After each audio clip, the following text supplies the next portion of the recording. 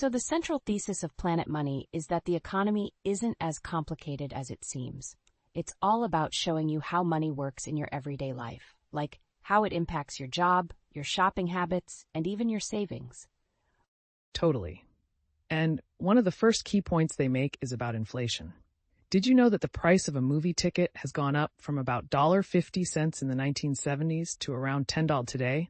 That's like a 500% increase. Right? But they explain that this isn't just a random price hike. It's about the value of money decreasing over time. The book explains how inflation is like a sneaky thief that erodes your purchasing power without you even noticing. Definitely sneaky. Another concept they cover is supply and demand. They use this great example of how avocado toast became the hipster food of choice, driving prices up. I mean, who knew millennials could influence the avocado market?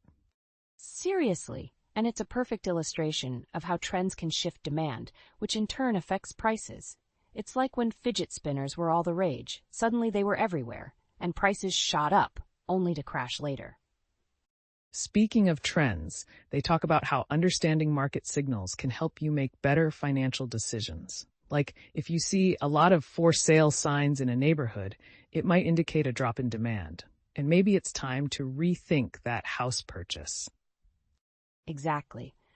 But here's where we might disagree a bit.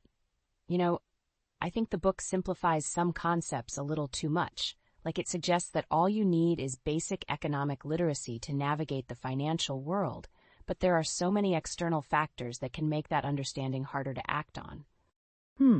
That's a good point.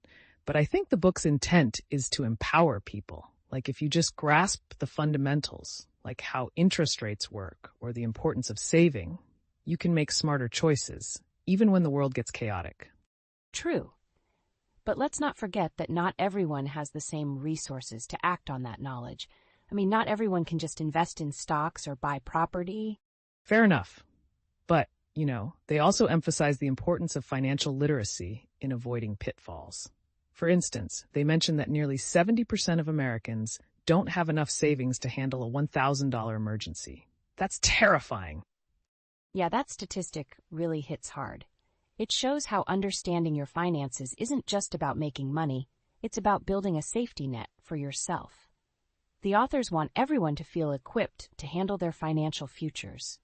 And speaking of real-world applications, one takeaway I loved was the focus on incentives. The book explains how understanding what motivates people can help you make better decisions, like negotiating a salary or choosing the best financial products. Right. It's like figuring out what motivates your boss to give you a raise. Do they want to retain talent, or are they being pressured by higher-ups? Exactly. It's a game of chess, but with dollars instead of pawns.